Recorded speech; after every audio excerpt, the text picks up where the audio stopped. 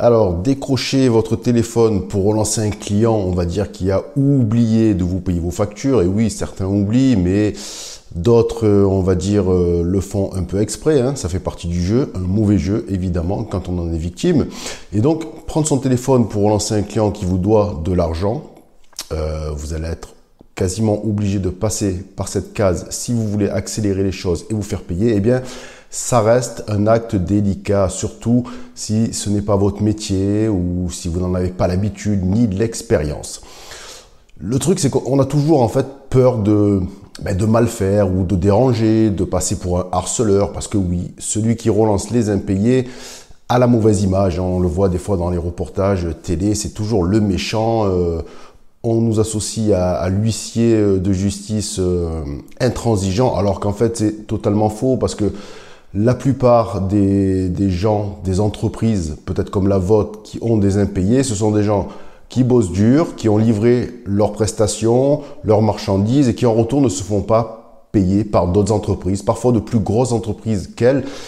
Et c'est là un peu, j'ai envie de dire, la dégueulasserie de la chose. C'est que ce sont souvent des fois des petites gens ou même des grosses entreprises, mais qui ont fait le travail et qui ne sont pas payés. Alors après, quand on relance pour récupérer son argent, eh bien, c'est quelque chose de légitime. Il n'y a pas d'histoire de harcèlement dans la relance. Alors, avoir peur de relancer, c'est une chose. C'est pas tout à fait le sujet de la vidéo. Il y a d'autres vidéos pour ça.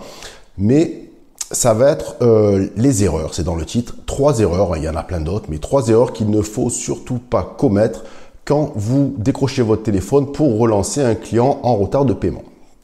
Parce que si vous sabotez votre relance, eh bien, là, on a un problème. Déjà que vous aviez un impayé, eh bien, en plus de cela, si vous appelez et que vous faites n'importe quoi, eh bien, le client, votre client, eh bien, vous allez finalement lui donner une chance supplémentaire de ne pas vous payer. Déjà qu'il ne voulait pas, qu'il faisait tout pour retarder l'échéance, eh bien maintenant, vous lui avez donné, j'allais dire, un argument supplémentaire pour ne pas le faire. Alors, on commence tout de suite. L'erreur numéro 1.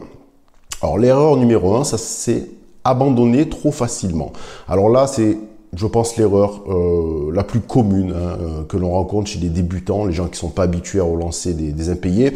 Et en tout cas, c'est celle que j'ai observée chez la majorité des gens, d'une part avec qui j'ai travaillé avec WeRecouvre, mais aussi, on va dire, de nouvelles embauchés ou des stagiaires, des contrats pro avec qui j'ai pu bosser, que j'ai pu former lorsque j'étais chargé de recouvrement chez une filiale d'Engie. Donc, on va prendre un exemple pour illustrer, c'est toujours plus sympa. Donc, imaginons, vous appelez le comptable de votre client, qui vous doit de l'argent, évidemment, et il n'est pas là. Donc, le comptable n'est pas là et quelqu'un décroche. On parle évidemment, dans ce cas de figure, d'un client professionnel, de B2B. Donc, une autre personne décroche, on va dire que ça peut être une secrétaire, un collègue, peu importe. Et il vous dit, écoutez, désolé, mais monsieur Martin, le comptable, est absent. Et vous lui répondez quoi? Eh bien, vous lui dites, vous bégayez un peu, on bégaye toujours quand on débute, très bien, au revoir. Voilà. Et vous raccrochez aussitôt. Alors là, c'est nul. Alors, excusez-moi si vous l'avez déjà fait, moi je l'ai déjà fait quand j'ai débuté aussi. Parce que abandonner de suite à la moindre opposition, alors là vraiment c'est le meilleur moyen de ne jamais se faire payer. C'est-à-dire que si dès qu'on vous dit machin n'est pas là, j'ai pas le temps, il faut apprendre, ça s'apprend, c'est d'ailleurs ce que je fais au travers de mes formations, c'est de vous apprendre justement ça, c'est-à-dire dans ce cas-là, de savoir rebondir. Alors, on peut faire de l'improvisation, évidemment. Il faut être bon en impro aussi, en recouvrement. Mais aussi, j'allais dire, une impro qui n'en est pas vraiment une, c'est-à-dire qui est basée sur l'expérience. Donc, que vous sachiez ce qu'il faut répondre quand on vous dit « un tel n'est pas là, je n'ai pas le temps, je dois partir en réunion, je suis surchargé de travail, mon collègue est en maladie, etc. » Voilà, c'est savoir quoi dire, rebondir. En fait, l'histoire, c'est qu'il ne faut rien lâcher. D'ailleurs, c'est ça, voilà, là, comme je disais, la règle, voilà, on ne lâche jamais le morceau, c'est vraiment l'image un peu l'image du recouvrement. Et comme le disait, je me rappelle, mon ancien chef, il me disait, il me disait pas qu'à moi, mais il disait, en parlant du recouvrement, il disait, on lâche les chiens. Bon, c'était un peu agressif, mais il avait raison dans l'idée que le chien, on lâche le pit, il disait le pitbull, comme ça, on s'accroche à la jambe du débiteur et on ne le lâche plus. Voilà, surtout n'abandonnez jamais, c'est ce qu'attendent les mauvais payeurs professionnels, parce qu'il y en a, hein, c'est un métier hein, de ne pas payer.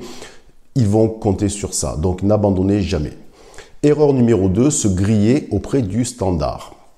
Alors, dans cet exemple, votre client est toujours un professionnel et vous le savez, parfois quand on ne possède pas la ligne directe de notre correspondant, alors ça peut être le patron, le gérant, le responsable comptable, ça peut être tout simplement la personne qui nous a passé commande, ou imaginons on a quand même la ligne mais cette personne ne prend pas trop d'appels et a effectué un renvoi vers l'accueil, eh bien on va tomber donc sur le ou la standardiste. Et là, on a un souci, c'est que vous pouvez vite vous faire cataloguer comme l'empêcheur de tourner en rond.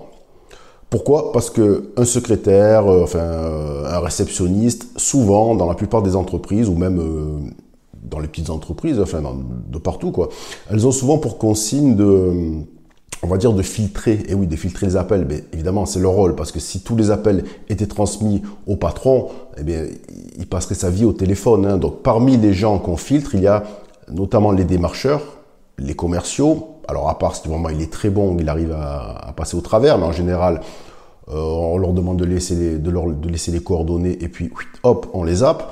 Mais la secrétaire va aussi avoir dans sa liste, j'allais dire sa blacklist, hein, les gens qu'il faut éviter, les créanciers, c'est-à-dire vous, les gens qui veulent se faire payer. Donc faites attention, parce que si vous êtes catalogué comme celui qui appelle pour réclamer de l'argent, eh bien la secrétaire, le réceptionniste va tout faire pour écourter la conversation.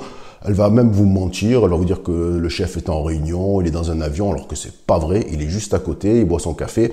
Donc faites attention. En fait, tout est une question de vocabulaire, une façon de se présenter, de présenter sa requête.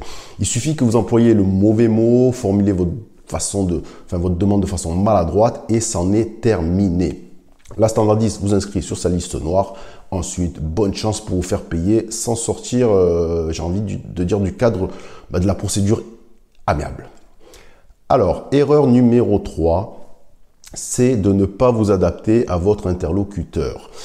Petite question, quand vous parlez à un enfant de 6 ans, je ne sais pas, votre fils, votre petit-neveu, et que vous parlez, on va dire, allez, à votre médecin, est-ce que vous parlez sur le même ton? Est-ce que vous employez le même vocabulaire? Non, évidemment. Hein, c'est pas le même âge, c'est pas les mêmes métiers. Enfin, on s'adapte à son interlocuteur. On a une façon de, je veux dire, quand on parle à ses amis, on n'a pas forcément le même vocabulaire. On n'a pas forcément la même, on va pas aussi profond dans les discussions que si on parle à la boulangère. Vous avez compris l'idée. Bon, eh bien, c'est un peu une règle de société. Hein. Si on veut être compris et crédible, eh bien, on s'adapte à son interlocuteur. Et donc, c'est la même chose quand vous relancez un client par téléphone. Voilà pourquoi il est très important de comprendre en fait les motivations, le caractère, aussi l'état d'esprit du moment de la personne que vous avez au téléphone, cette personne que vous relancez. Sans cela, c'est-à-dire sans cette empathie, voilà, c'est ça, c'est le mot, il faut être empathique, c'est un mot à la mode, mais bon, en effet, dans ce cas-là, il s'applique bien. Si vous ne faites pas preuve d'empathie, que vous n'avez pas compris à qui vous avez affaire, quel est son état d'esprit, eh bien, vous allez risquer de heurter ses susceptibilités, peut-être de le blesser, bon, sans le vouloir, mais peu importe, ou de le vexer. Et donc, s'il y a bien une chose à ne pas faire avec un client en retard de paiement, alors avec le client directement ou avec son comptable, c'est vraiment d'en faire votre ennemi. Qu'est-ce qu'il va faire? Eh bien, comme tout le monde, hein, si jamais il n'a pas apprécié votre façon de lui parler, le temps que vous avez employé, eh bien, qu'est-ce qu'il va faire? Il va peut-être dire je vous paye parce que bon, voilà, il n'a pas trop d'autres issues, mais qu'est-ce qu'il va faire? Il va, en fait, au lieu de dire il va vous dire je fais le virement demain, mais en fait, il va faire traîner. Il va s'arranger pour ne pas avoir la signature du chef sur le chèque. Enfin, il va toujours trouver une excuse pour retarder le paiement. Et oui, il se venge sur vous. C'est dégueulasse, mais l'humain fonctionne malheureusement souvent comme ça. Alors, conclusion, eh bien, cette liste d'erreurs, comme je l'ai déjà dit en début de podcast, n'est qu'un échantillon de ce qu'il ne faut surtout pas faire. Enfin, si votre objectif est de vous faire payer. Car le recouvrement de créances, eh bien, ça ne s'improvise pas. Alors, on peut improviser, hein, on peut, moi-même, quand j'ai débuté dans le métier, je suis tombé un peu, un peu par hasard, hein. Donc, au début, je ne comprenais rien. Enfin, je comprenais rien. Il m'a fallu du temps, hein, quelques jours, quelques semaines, puis des années pour apprendre, pour m'améliorer. Ben c'est comme tous les métiers, donc on peut apprendre. Mais si ce n'est pas votre métier principal ou que vous n'avez pas de temps à perdre, bon, apprendre par l'expérience, ça risque d'être un peu long et en attendant, vos impayés vont grossir. Donc, l'idée, eh bien, si vous n'avez pas de temps à perdre et que vous souhaitez reprendre vos impayés en main, eh bien, apprenez à relancer les mauvais payeurs, apprenez les bases du recouvrement de créances, apprenez les bases de la procédure, etc., etc. Donc, tout ça, j'ai envie de dire, je vous l'envoie par email. Entre 1 et 3 mails par semaine, vous recevez ça dans votre boîte et je vous donne régulièrement donc des conseils, des astuces qui vous aideront à vous faire payer par vos clients. Donc si ça vous intéresse, si vous voulez rejoindre la liste privée de WeRecouvre, je vous ai mis le lien dans la description, vous cliquez dessus, il y a juste à mettre votre mail, mettez votre bon mail, votre mail pro et ensuite vous recevez tous les conseils, toutes les astuces sur tous les sujets en passant en revue tout ce qui touche au recouvrement de près ou de loin pour que vous vous améliorez et pour évidemment que vous fassiez payer parce que c'est le but ultime. Merci de m'avoir écouté. À la prochaine.